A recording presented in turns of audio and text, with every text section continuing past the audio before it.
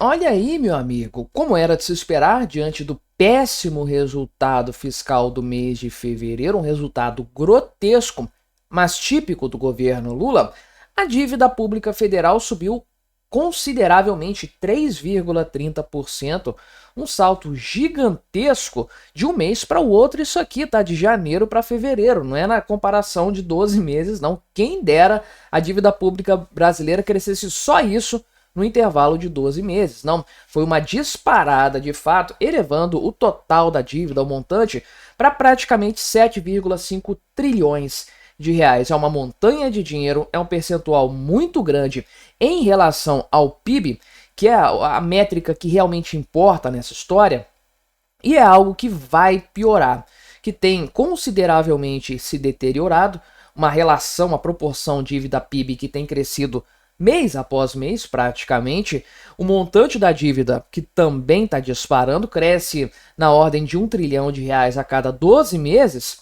E bem, nós sabemos qual é a repercussão de tudo isso na economia brasileira. Se você quer saber por que tudo está tão caro e o seu dinheiro está valendo cada vez menos, essa é a explicação. Vamos dar uma olhada então nesses números, nesses dados, mas antes não se esqueça de se inscrever aqui no meu canal se você ainda não for inscrito, e se você quiser colaborar ainda mais com o meu trabalho, você pode se tornar membro patrocinador, só clicar no botão Seja Membro aí embaixo, com valores a partir de R$ 1,99 por mês. Isso me ajuda muito, pode ter certeza disso. Pois bem, os dados aqui são divulgados pelo próprio Tesouro Nacional, então são dados oficiais, não é especulação nem nada do tipo. Então, veja só, a dívida é formada aqui por dívida pública mobiliária federal interna, que é a maior parte desse valor de maneira geral aqui, e a dívida pública federal externa, que é um percentual consideravelmente pequeno, 314 bilhões de reais, que é muito dinheiro, mas frente ao montante total da dívida, não é tão relevante assim. Então, o que acontece, né? A alta de janeiro para fevereiro, nesse intervalo de tempo aí, foi de 3,30%, que é muita coisa, levando-se em consideração o montante dessa dívida, que 3% de 7 trilhões de reais é muita coisa, é muito dinheiro, são muitos bilhões de crescimento a cada mês, o que faz com que essa dívida cresça 1 trilhão a cada ano. Então, estamos falando aqui, né, de um valor de crescimento aí entre, vamos colocar, 90 e 100 bilhões de reais por mês, na média. Lembrando que o mês de janeiro teve um superávit primário, o mês de fevereiro já teve déficit. Vou deixar recomendado um vídeo aqui do meu canal mesmo, no final deste, tratando da questão do resultado de fevereiro, que é bastante elucidativo nesse sentido. Então tem a explicação aqui da dívida pública no mês passado, a elevação, né? Só de dívida pública emitida, dívida nova, 165 bilhões de reais é a emissão líquida. Por quê? Porque o governo sempre paga a dívida. Ele paga a dívida contraindo dívida nova. É o tal do rolar a dívida, que não seria um problema tão grande se as contas estivessem equilibradas, porque aí o governo simplesmente empurraria com a barriga uma dívida que não iria crescer. A ideia toda por trás do orçamento e de teto de gastos, arcabouço fiscal, qualquer sistema fiscal desse tipo, é ter um superávit primário, ou seja, o governo paga as contas e sobra uma graninha para pagar os juros da dívida. O ideal seria pagar todos os juros, cobrir completamente os juros da dívida, o serviço da dívida, para que o montante ficasse estável. Só que o Brasil não paga os juros da dívida, não consegue pagar os juros da dívida, e nem o serviço normal da dívida, nem o orçamento padrão, os gastos do governo típicos, o que implica dizer que o montante da dívida cresce para além dos juros. Então nós temos o crescimento mês a mês dos juros que o governo não aguenta pagar, mas o orçamento que o governo não tem condições de pagar também, porque está totalmente desequilibrado. Então nós vamos para uma bola de neve na prática, é o que nós temos visto acontecer e que vai piorar sem sombra de dúvidas, né? Então, o custo médio aqui da dívida pública, que é outro problema grave nessa história também, subiu, né? Estava em 11,40% em janeiro, o valor anualizado subiu para 11,57%. Isso aqui, obviamente, tem a ver com a taxa Selic, com o aumento da taxa básica de juros. Isso aí implica no serviço da dívida, que vai ficando cada vez maior, incorporando cada vez mais para o montante, para essa bola de neve que tem corrido e tem deteriorado a situação econômica brasileira de forma geral. Então a gente pode ver aqui, nesse gráfico do pessoal do Poder 360, a evolução, a trajetória mensal da dívida pública, numa clara tendência de alta, uma inevitável tendência de alta, eu iria, porque tem altos e baixos, conforme você pode ver aqui no decorrer desse gráfico. Mas no longo prazo, numa análise de uma tendência, é tendência de alta e muita alta. Olha só, essa dívida está medida em trilhões. Então você pode ver que em fevereiro do ano passado, ela estava em 6,60. Agora ela está em 7,50. Então são 900 bilhões de reais de lá para cá, na consideração desse período a mais de dívida. Então estamos falando de um total aí, conforme eu disse, de praticamente 1 trilhão de reais a cada 12 meses. Como no intervalo anterior subiu 1,1 trilhão, então na média tá nisso aí 1 tri a mais a cada 12 meses. É uma dívida completamente insustentável, porque não é como se o estoque da dívida fosse 40 trilhões e está subindo 1 trilhão a cada 12 meses, porque diante do total do montante, seria um valor bem baixo até. 1 trilhão a cada ano, eu quero dizer. Não, a dívida pública estava aí, no começo do governo Lula, em 6 trilhões, mais ou menos. Aqui eles não mostram, né, o gráfico desde o início do governo Lula. Estão pegando aqui de fevereiro de 24 até fevereiro de 2025, uma alta considerável nesse período. Agora, a verdade é que se você pegar do começo do governo Lula, essa dívida estava aí abaixo dos 6 trilhões de reais. Então esse percentual que tem aumentado representa uma grande parcela da dívida como um todo. O percentual de aumento é muito grande. E isso que é um problema de fato para a economia. Essa alta é superior à alta do PIB, no fim das contas, mesmo com o PIB totalmente maceteado, totalmente forjado pelo IBGE, aquele PIB fajuto que a gente sabe muito bem. Por quê? A ideia principal, né, ter o equilíbrio aí da dívida, é que a proporção dívida-PIB não se altere, não se eleve, ou mesmo caia, ainda que a dívida suba. Isso pode acontecer se o PIB cresce muito. A dívida é o numerador da fração, o PIB é o denominador. Então, na medida em que ou o numerador não cresce, ou ele cresce menos que o denominador, e o denominador está sempre em crescimento, que é a economia, essa proporção vai caindo, o percentual resultante disso vai caindo, que não é o que acontece no Brasil. A dívida pública está disparando em percentual também. Isso, mais do que qualquer outra coisa, do que o valor nominal, do que o preço do serviço da dívida, mais do que qualquer outra coisa, esse percentual é o que mostra a solvência ou não de uma dívida estatal no caso, porque se ela está crescendo mais do que a economia, esse país não vai conseguir honrar os seus compromissos. E é exatamente isso que está acontecendo no Brasil. Aí, com esse cenário de uma disparada da dívida pública, bancada, por quê, né? Bancada aqui, obviamente, por dinheiro impresso do nada. Essa é a verdade. Olha o tanto que as instituições financeiras emprestam para o governo todo ano. Você acha que tem dinheiro disponível na economia? O governo está só tirando dinheiro da economia, sugando dinheiro, fazendo passar de novo pela máquina para sair? A base monetária está crescendo. O governo está imprimindo dinheiro. O que isso acarreta? Quais são as consequências? O dinheiro perde valor. Então o câmbio dispara, o dólar fica muito valorizado frente ao real, os preços ficam elevados e todo mundo fica mais pobre. E não é exatamente isso que nós estamos vendo no Brasil, pois é um efeito desse completo desarranjo econômico proporcionado pelo governo Lula. Meu amigo, a Argentina não está crescendo economicamente. Seria uma mentira se eu falasse isso. A verdade é que a Argentina está disparando. É um foguete que sobe 6,7% de crescimento econômico numa janela de 12 meses. Essa é a alta de janeiro, o ímpeto de crescimento da economia da Argentina em janeiro deste ano, que agora foi mensurado, que é o maior patamar desde 2022, mais uma vitória do governo Milei, que coleciona resultados do tipo maior superávit desde, sei lá, 2011, maior crescimento em um único mês desde 2015, menor inflação desde 2022. É impressionante. Resultado positivo em cima de resultado positivo. E crescimento econômico é algo a se festejar de fato, porque é aqui que a mágica acontece, é aqui que a economia volta a se restabelecer. Não é o governo fazendo nada. O governo não faz, o governo não cria, o governo não produz.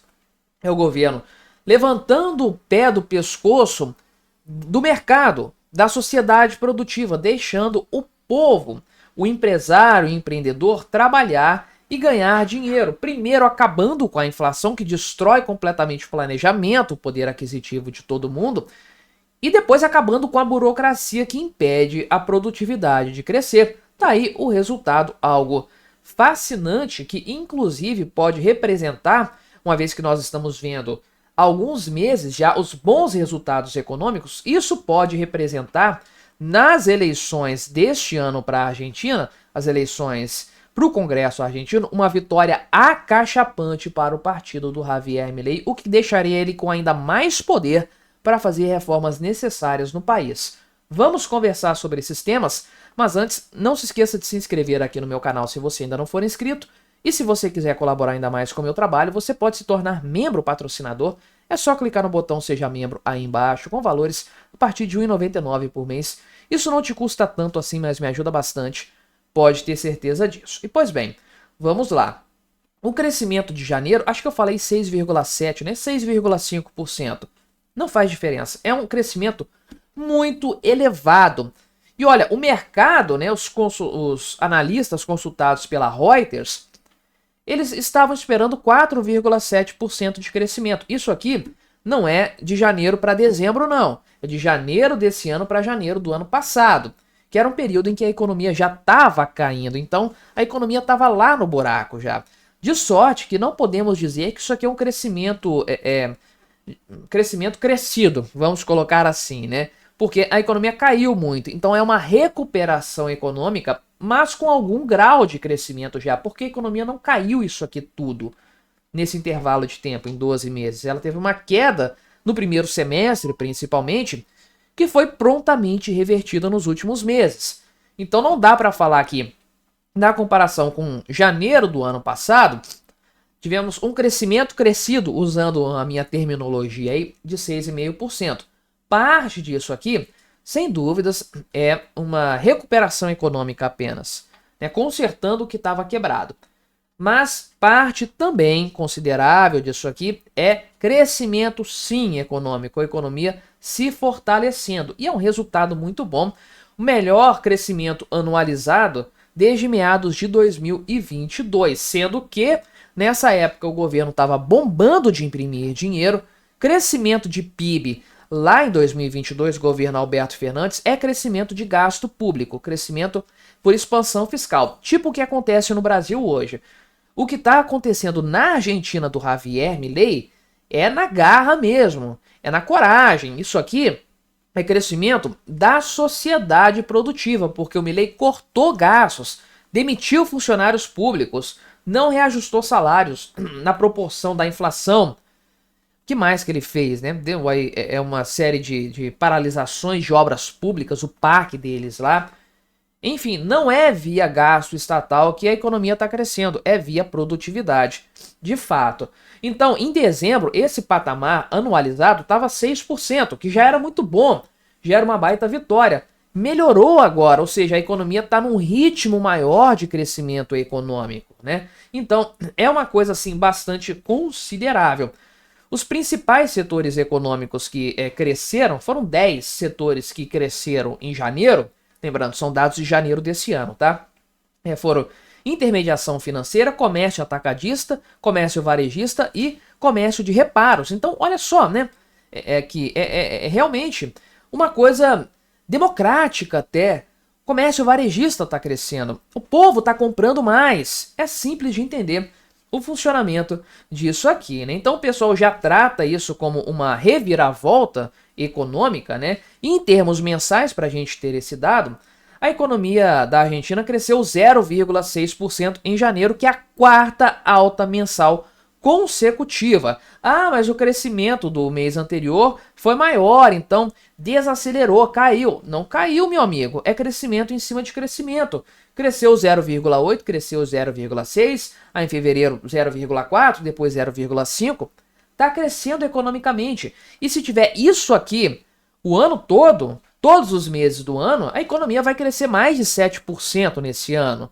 A previsão do próprio governo não chega a isso, a 7%. Não é tão otimista assim o governo. Já não duvido mais de nada nesse sentido. E quer saber? O povo argentino também não tem dúvidas de que as coisas podem melhorar bastante por lá. Os números eleitorais mostram isso. Nós temos essa pesquisa que foi lançada. Eu não achei a pesquisa em si, isso tá num Twitter aqui chamado TV Pública Libertária, né, um Twitter lá da Argentina de fato, e eles falam um vídeo aqui, se você quiser assistir depois, enfim. O importante são os números apresentados aqui. E sim, esse gráfico, essa coluna elevada de 41% de intenção de voto para as eleições deste ano, isso aqui é do partido do Javier Milei. LLA é o La Liberdade Avança, né? Liberdade Avança, que é o partido dele. E esses 21% aqui, praticamente metade da intenção de voto do partido do Milei, é o K, que sim, é o kirchnerista.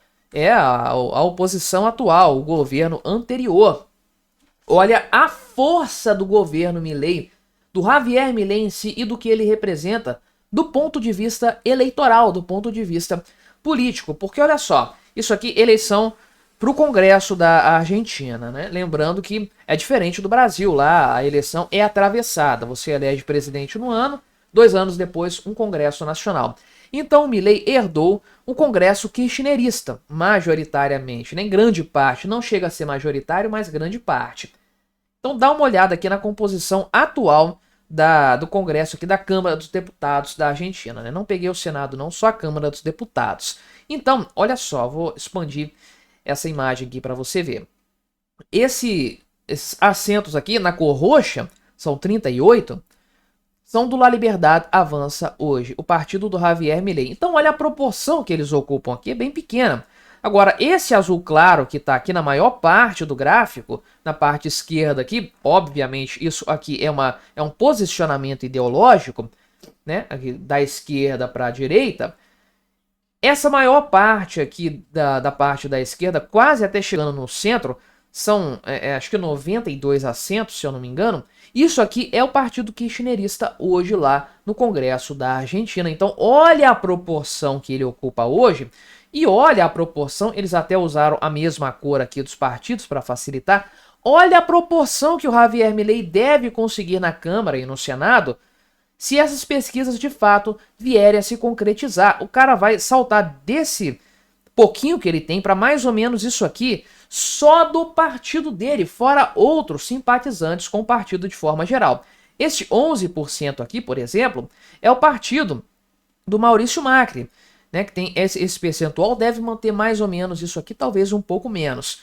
Então, somando os dois, o governo do Milei, o partido do Milei, né, o La Liberdade Avança, e o partido do Maurício Macri, que hoje é aliado do Milei, já tem metade, mais da metade da Câmara dos Deputados. Ou seja, o Milei aprova o que ele quiser nesse cenário. Está muito fortalecido, de fato, do ponto de vista eleitoral, por causa do avanço econômico. É o exato oposto do que a gente está vendo no Brasil hoje. O Lula está se enfraquecendo porque a economia está ruim.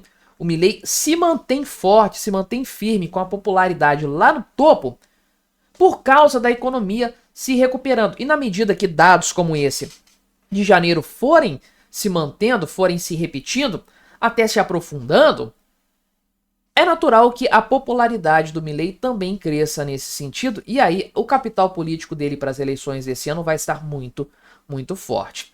Olha aí, meu amigo, o senhor Fernando Haddad, o seu ministro da Fazenda, é um brincalhão. O cara é um fanfarrão, de fato. Olha só, perguntado a respeito da condução da economia, se tá legal, se tá bacana a economia, porque o pessoal tá sofrendo. O pessoal vai no supermercado, não aguenta comprar as coisas, está tudo muito caro, a popularidade do Lula está desabando, a repercussão da política econômica nos mercados é a pior possível, o pessoal reprova o Lula majoritariamente, reprova o Haddad majoritariamente. Aí perguntaram para ele, e a economia vai bem? Tá tudo certo com a política econômica?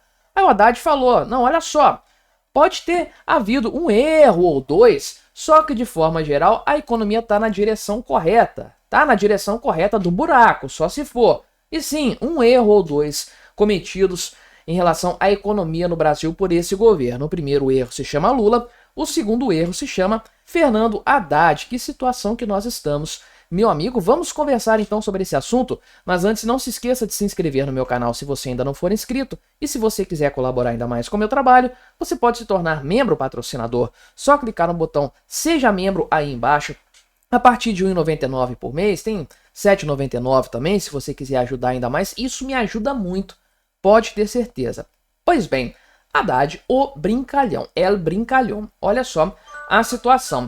Ele deu uma entrevista aqui, né, para, deixa eu ver que órgão foi esse aqui que ele falou, para Bloomberg News, né? Falou pro pessoal da Bloomberg News, lá em Brasília mesmo, em casa, no conforto do seu gabinete, né? Em casa, quero dizer, onde ele trabalha tipicamente. E aí o pessoal perguntou, né, caramba, essa popularidade está caindo do governo, está caindo consideravelmente. Aí ele falou que não, isso aqui, nós estamos num tempo difícil para os governos no mundo, não tá fácil para ninguém. Caramba, mas ninguém tá caindo igual o Lula. O Lula tá despencando. As pesquisas mostram isso claramente, o Lula está evaporando em matéria de popularidade, ele quase não existe mais, é um governo zumbi, um governo que se arrasta por aí, né?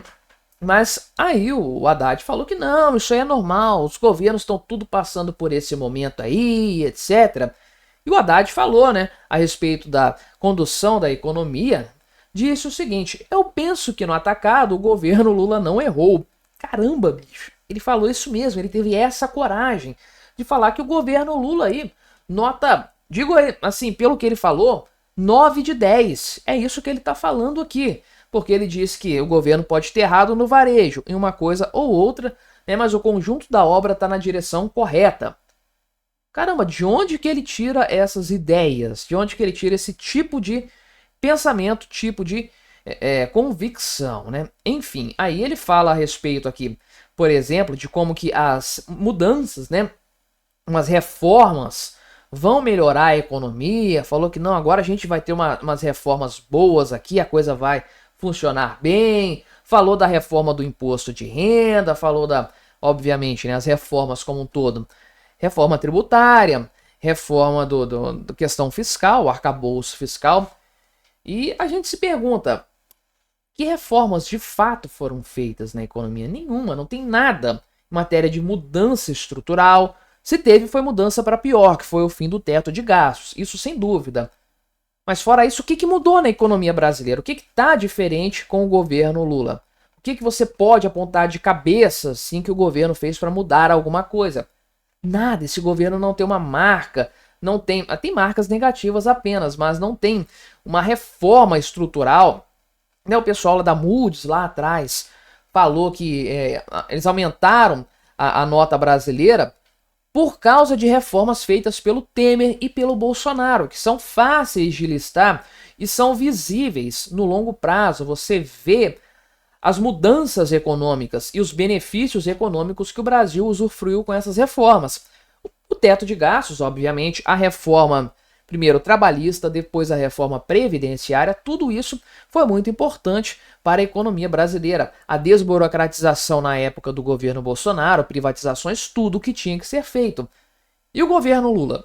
Bem, só fez piorar de lá para cá, né? Então o Haddad, obviamente, comentou os principais fatores, os principais problemas econômicos, que é a inflação, taxa de juros e etc. Né? Obviamente o que ele falou foi uma grande de uma embromação, porque o cara não tem como defender o indefensável. E aí adivinha só de quem que é a culpa no caso da inflação. O Wellington Dias falou que os preços estão altos porque o pobre está mais rico. Ele falou isso, né? Até falei disso aqui no meu canal, fiz vídeo sobre isso aqui no meu canal. Não, o cara falou isso com todas as letras. E o Haddad tá falando o que a esse respeito, né? Que parte da inflação é resultado do fortalecimento do dólar, né? Então a culpa não é do governo, isso é o dólar que ficou muito caro. O dólar ficou muito caro por quê? Qual é o motivo por trás disso? Desarranjo econômico, meu amigo. O real perdeu o valor, não foi o dólar que se valorizou. Tudo bem que ele ganhou um pouco em relação a todas as moedas, mas no patamar em que ele se valorizou, na comparação com o real, especialmente no ano passado, isso é culpa do governo Lula inteiramente. E é esse fator também, que é a desvalorização da moeda brasileira, a perda de credibilidade no real, que tem levado a uma inflação mais alta, seja pelos tais motivos domésticos aqui que o Haddad falou que também não consegue controlar. É ministro da Fazenda para quê, então, se ele não dá conta de nada? E os fatores internacionais também.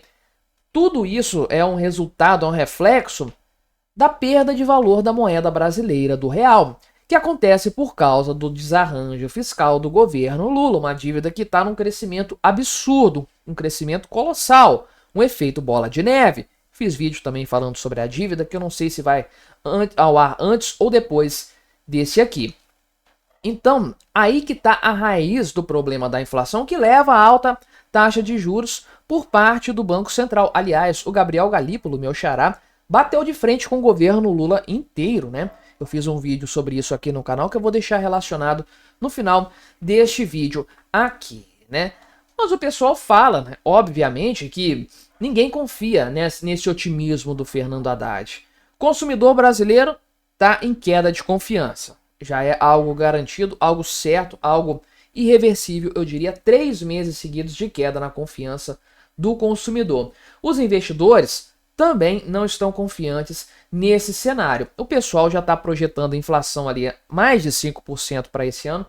Tchau, teto da meta de inflação, ninguém leva isso a sério. O pessoal está projetando mais do que 15% de taxa Selic, está quase chegando nos 15%, mas o pessoal acha que vai subir ainda mais. O ciclo não está perto do fim, o ciclo de alta vai permanecer um pouquinho ainda. E a previsão de crescimento da economia brasileira para esse ano caiu. O Ministério da Fazenda diminuiu a previsão de crescimento, o Banco Central também. Aqui, 1,9%, crescimento nenhum. Lembre-se que tem gasto estatal no meio desse crescimento do PIB.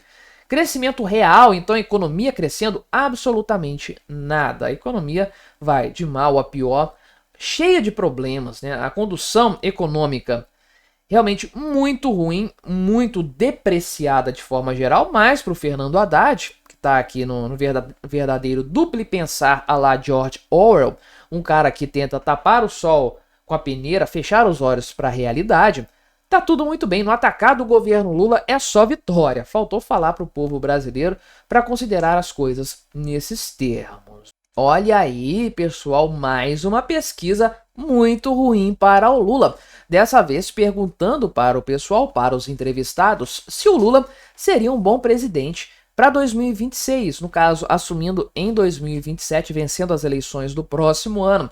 E 57% dos eleitores dizem que não.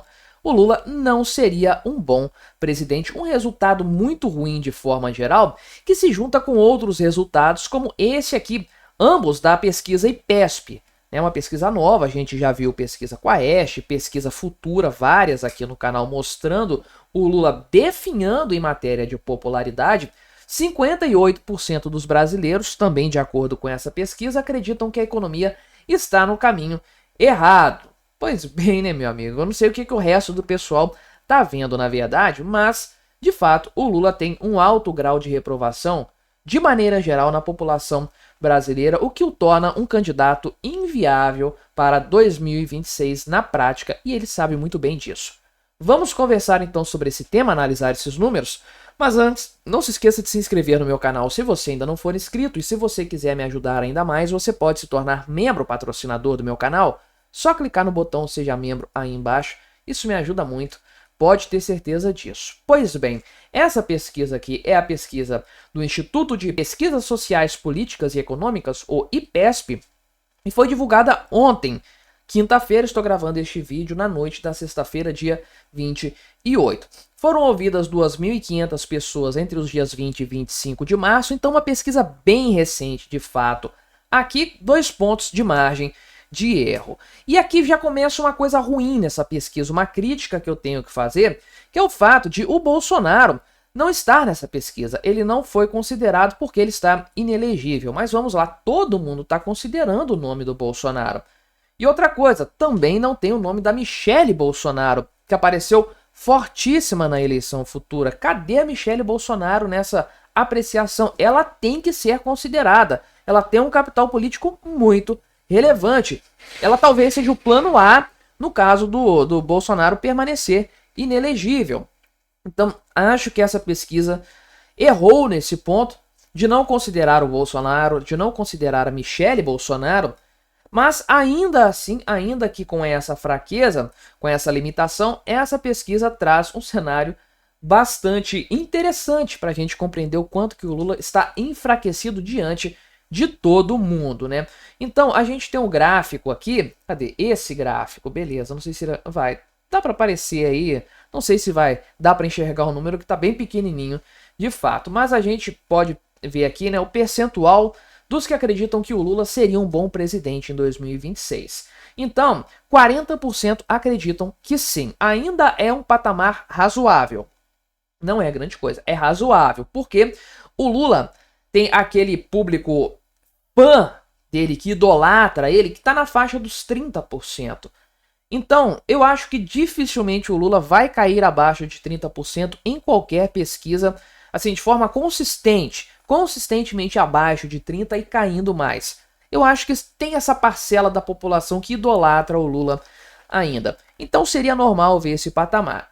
Então, se ele tem 40% aqui de consideração de que ele seria um bom presidente numa próxima eleição, tem uns 10% aí que precisam mudar de ideia nessa história, nesse tipo de concepção. É importante trabalhar esse público, essa parcela da população. Não significa que o Lula está com o jogo ganho ou que ele tem chances boas, porque o que importa é isso aqui. O quanto o pessoal considera que ele não seria um bom presidente, 57%. E tudo bem que ele tá nem tão ruim quanto outros, na verdade ele é o segundo melhor avaliado nisso aqui, perdendo para o Tarcísio, e eu já vou falar disso, mas aqui está o grande ponto.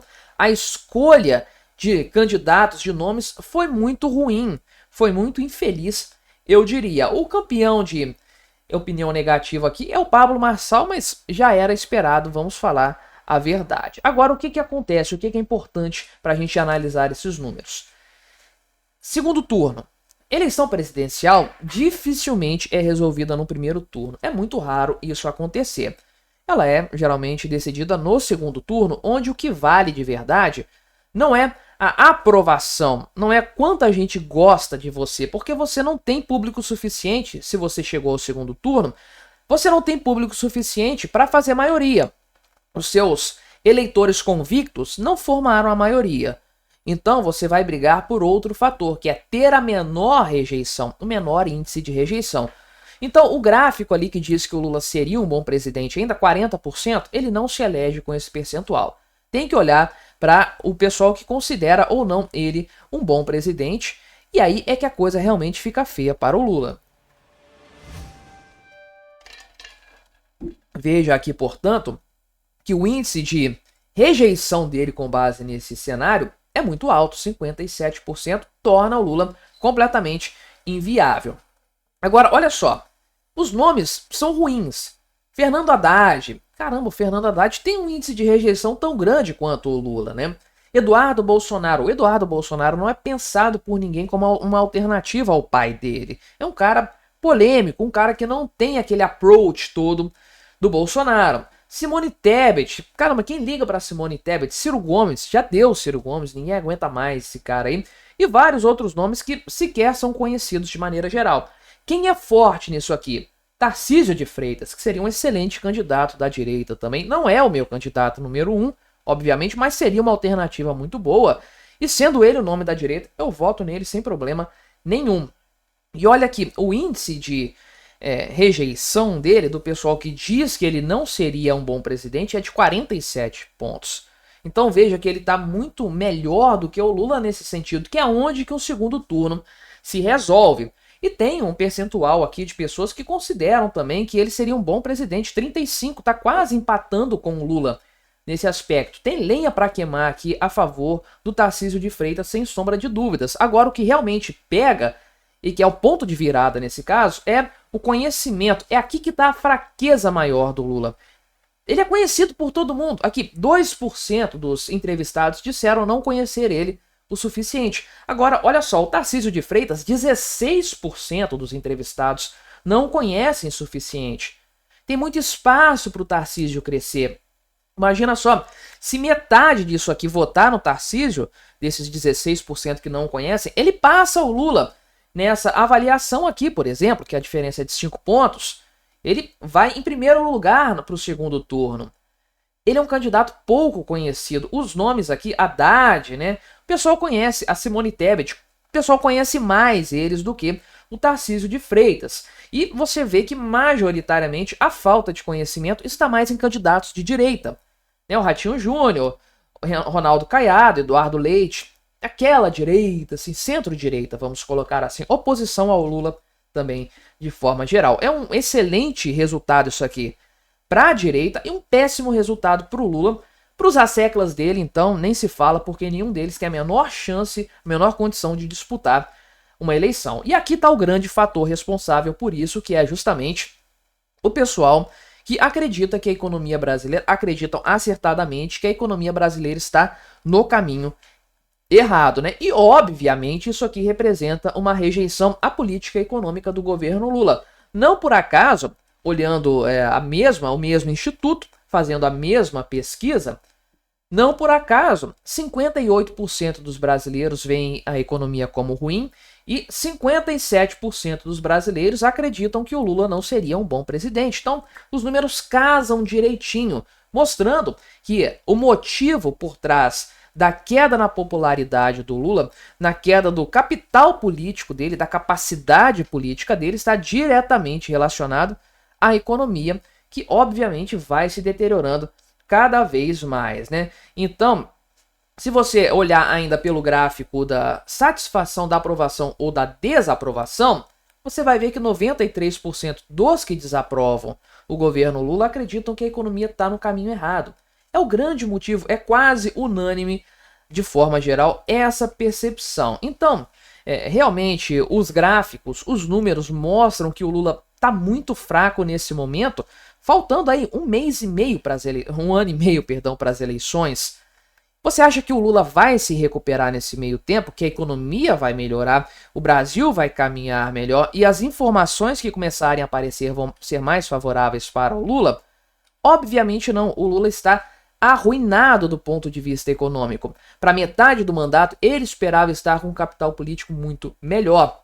Ele chega fraco, com um governo enfraquecido, não é só ele, o governo dele está enfraquecido, em queda de popularidade evidente, nas mãos do Centrão, dependendo totalmente do STF para se manter viável.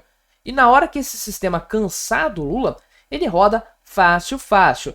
No mais tardar, 2026, ele cai fora. Olha aí, meu amigo, foi divulgada uma pesquisa, a pesquisa Firmus, que é do Banco Central, não é o Boletim Focus, é a pesquisa Firmus, a respeito de projeções para a economia brasileira. E, meu amigo, tá tudo muito ruim, é claro.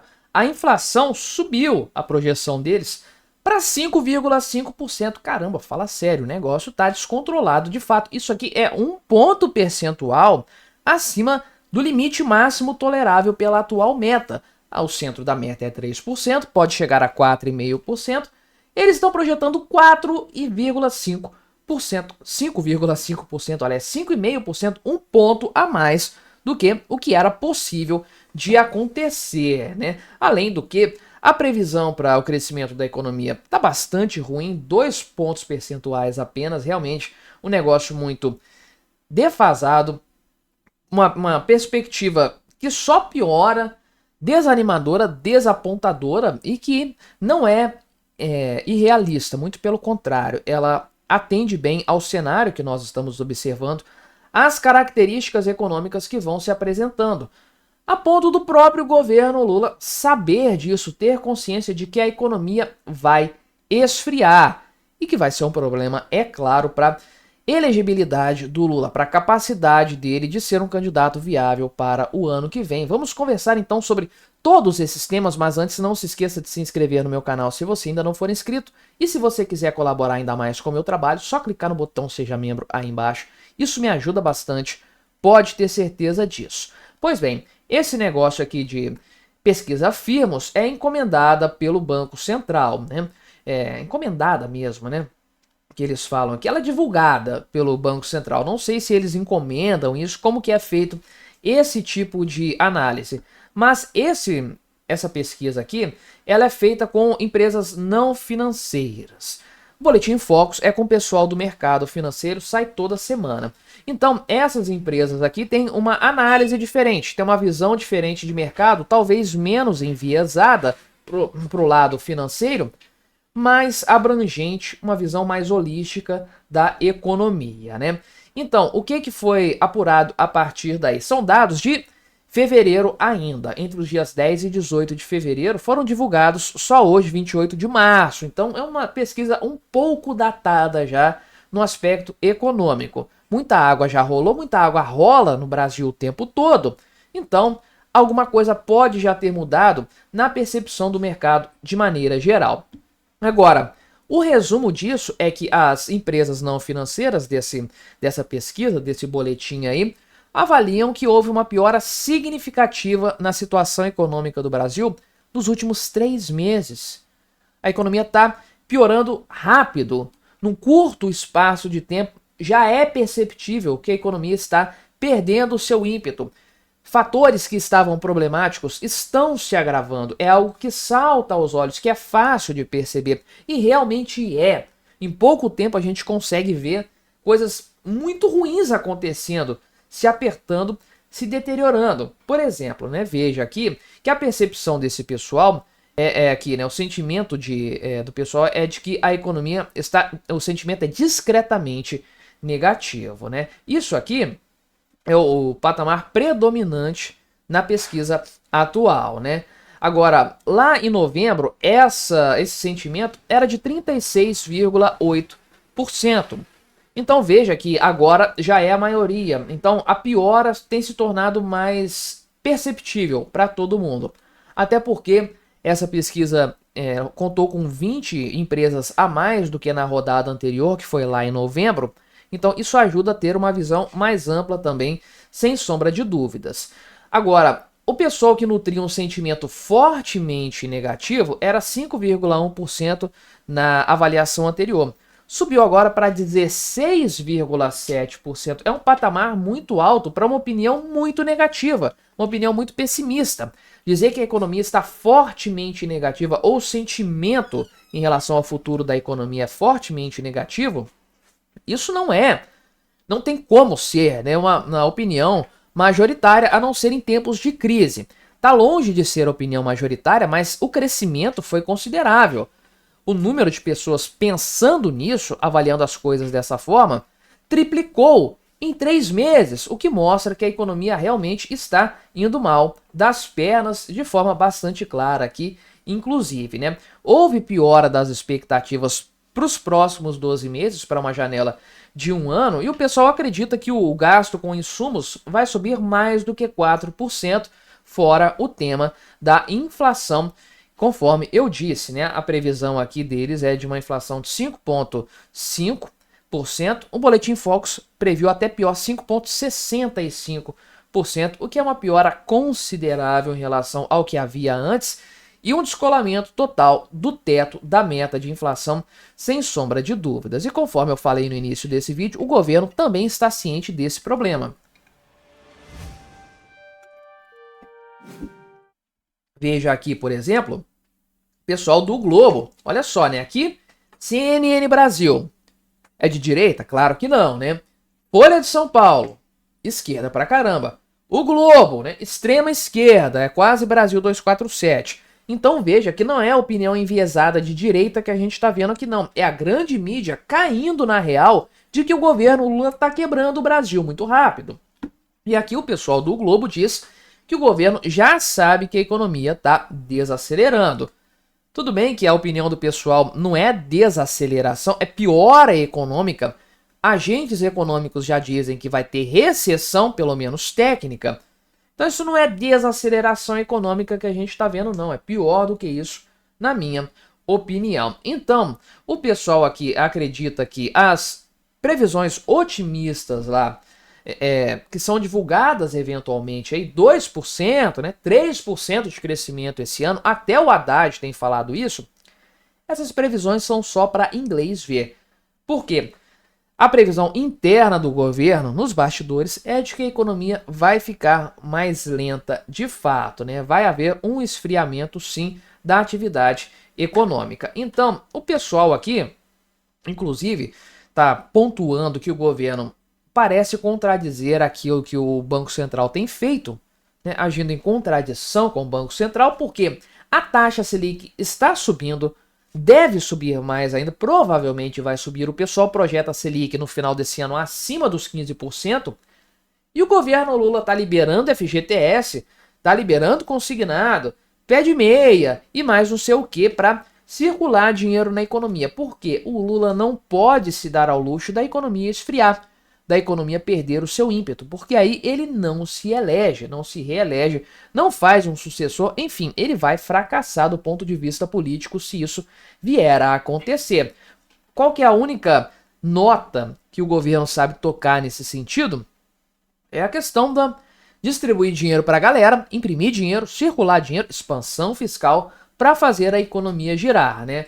Aí a ideia do governo nem é mais fazer a economia crescer, é fazer a economia crescer, cair mais devagar, reduzir o seu ímpeto, mas uma redução mais lenta do que possivelmente vai acontecer.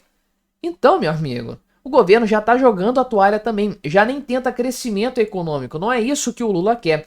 O Lula quer uma queda menos acentuada, uma queda mais lenta, né? É óbvio que isso aqui também não vai segurar o Lula, muito pelo contrário, o cara já está com o governo condenado ao fracasso, ao ostracismo.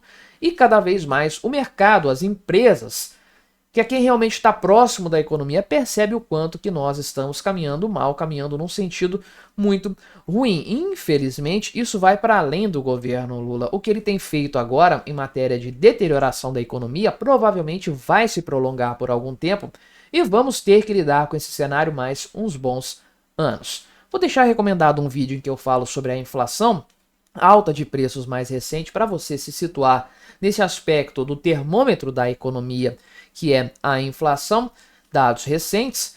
Você continua assistindo aqui no meu canal. Não se esqueça de se inscrever por aqui se você ainda não for inscrito e até a próxima.